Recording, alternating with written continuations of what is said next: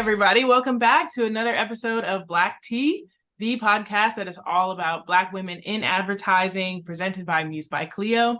As usual, I'm your host, Michelle Lawrence, and I'm so happy to be here today with Pilaar Terry. Hey, Pilaar. Hello, Michelle. I'm so excited to be here. Thanks for having me. Please do tell our viewers what you do and where you're based. Sure. I am based in LA and I'm managing partner and COO of POV Agency. We are a PR firm that reimagines how PR is done and especially who it's done by. I'm really proud to share that our entire team is basically like 99% women of color, which I am just so excited and proud. I must get so much done. There is nothing that we don't get done. Let me just say that. We meet deadlines, we get shit done. We bring like, oh my God, can I swear on here? Yes. Okay. So talk a little bit about POV Agency. You're like an agency for agencies. Am I understanding that right? Yeah, that's like part of what we do. So there's the POV corporate side, which I run, and a POV corporate really focuses on B2B. And we do have a lot of agencies that we represent in the marketing and advertising space. So we've got a really amazing influencer agency that we've been working with for about 3 years. We got a performance marketing agency, a creative agency, an agency that just focuses on gaming, marketing, and esports. We've got another agency that's all about the metaverse and building like Roblox universes. I found that I really enjoy telling the stories of agencies because the creatives doing the work and like the people running the accounts often don't get a lot of shine, like the brands get it. So I found a niche and just like really grew that side of the business. My business partner runs POV culture, and that's, let's be honest, like the fun and sexy stuff. That's more consumer facing. It's sports and entertainment, it's athletes, it's celebrities. That's the other side of the business, but we do strategic communications, we do influencer and celebrity partnerships, and we do strategic partnerships.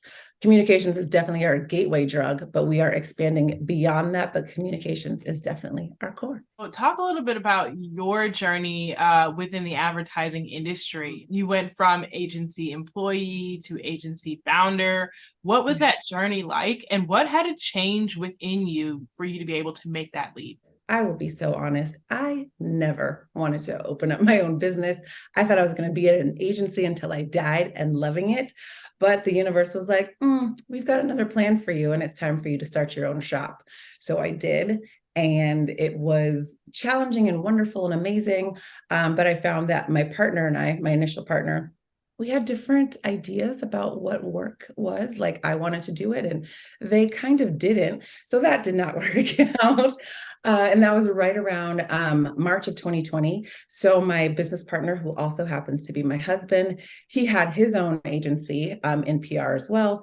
And he was like, look, I'm going to go get something full-time in the gaming space. I feel like it's really blowing up. Why don't you take over the company with the clients that want to stay with you? And we'll figure it out. That was right before the world shut down. And so it was me at a kitchen table with 2 clients. And then about 6 months later, it was, so many clients. And my husband was like, I think that you need help. And I was like, you don't know my life. I don't need help. But I did. I definitely needed help. And I started hiring, and we've just been growing from there. So one person became, I think we're a team of 10 right now with a roster of clients on the corporate side and on the culture side, and it just keeps growing. So that was my journey from agency person to reluctant entrepreneur, but now I'm definitely loving it. And you believe that PR should happen earlier in the ideation process, right? What drives that opinion for you?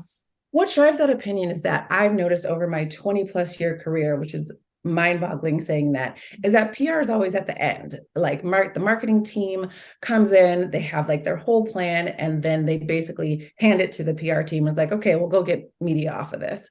And they're not thinking early on, is this media worthy? Is anybody going to care about this outside of these 4 walls at our company? And is it relevant to the industry? They're just thinking about like whatever their goals are, not thinking, is it going to resonate with whatever their target audience is? So if you've got PR folks at the table earlier on to say like, that's going to work, that's not going to work, don't try that, that's going to work. I think it just brings a more comprehensive look at the entire process. So like get your PR in early, folks.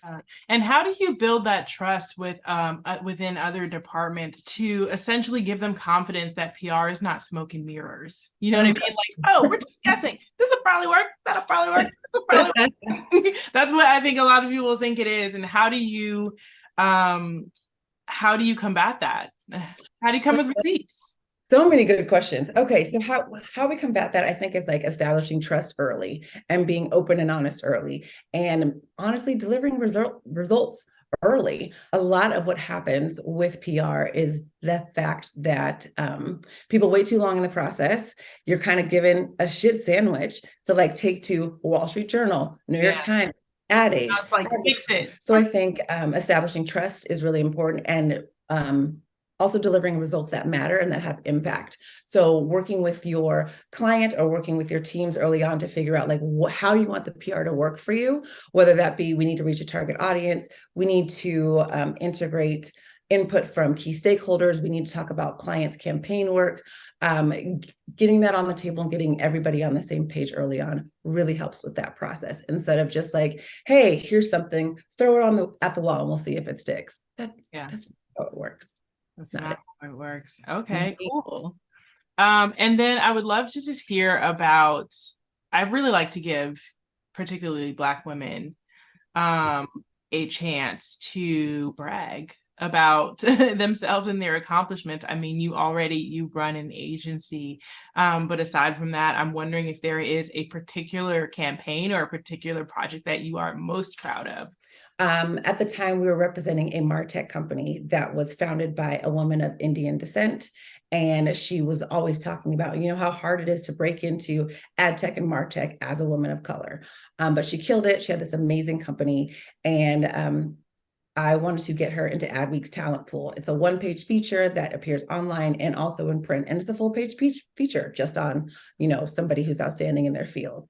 So this Indian American client, who's also a woman, she was being covered by a woman of Indian descent at Adweek.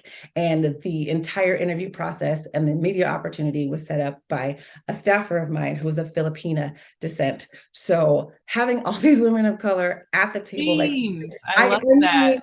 With just like tears streaming down my face as I was reading the final product, I was thinking to myself, this is what POV Agency is about, really creating spaces for other voices and othered voices. And the fact that we got to work with a journalist of color and then put out that client story into the universe, that is what I'm most proud of. Those are the things that really make me want to keep going and doing this, because it's hard. Yeah. It's hard.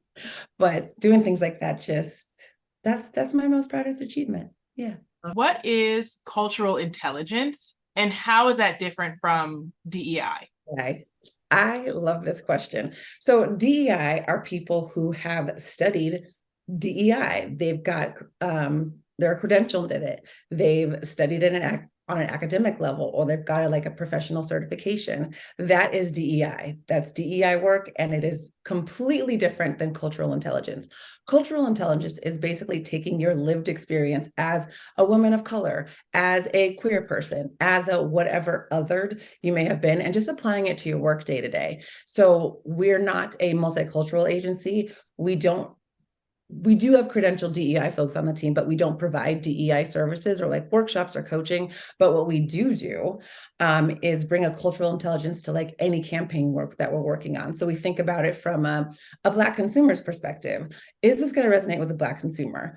And if it's not, we will tell you that it's not and help you do that and craft that. Same with any other minority group that somebody's trying to target. If we have that lived experience and we know what's going to resonate with that audience, we'll bring that to the table and be really honest with our clients about that. Can you acquire cultural intelligence? And if so, where do you get it?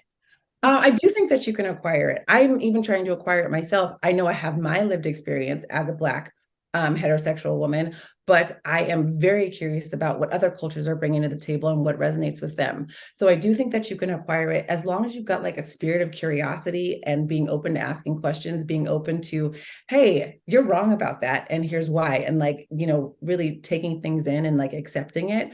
I do think that it can be acquired. I'm trying to acquire it every day. And I hope that the people on my team are trying to acquire it outside of their specific POV. I know you are a big reader, to the point where you even give yourself homework about the books that you read. I Talk do. a little bit about how big a nerd you are. I love reading books so much. Like Barnes and Noble, like that's my jam. So over the pandemic, I'm reading a ton of books, and I conceived of the idea of Short Book Report, which is basically an Instagram account that I started for every single book that I read. I do a short book report about it, just letting you know, like the good, the bad, the ugly, about the book. And I'm reading about 5 or 6 books right now, and I'll do short book reports on those. It's a lot of fiction. It's a lot of female writers that I love, but I also like to think outside of the box because I just love reading so much. Yeah. Is there a recent Black author that you would want to plug and put out there? Yes, it was called A Local Woman Missing. It's kind of a murder mystery thriller by a Black author, and she's been writing for a really long time. And it was gripping. It was a page turner. It was one of those books where I picked it up at like 7 o'clock at night and read it all night and then worked all day the next day. It was that good. I also recommend Luster. It's just the prose and the composition is just so rich and sumptuous. It's like biting into like a really juicy and sweet peach. It's so good. I really appreciated talking to you. I've had so much fun. Pilaar, thank you so much for coming on. Thank you so much for having me, Michelle. I'm just so excited to be here. And, thank you so much for what you're doing, telling Black women's stories in marketing and advertising. It's so important. Thank you for coming on and telling your story. And for every other Black woman in advertising out there, if you're seeing this, if you feel energized, if you want to tell your stories, please do sign up. And just check out all the other episodes at musebycleo.com/blacktea. Make sure you're following us on Instagram at sipblacktea to catch all of the other episodes as soon as they drop. And with that, I will see y'all next time. See you later. Bye.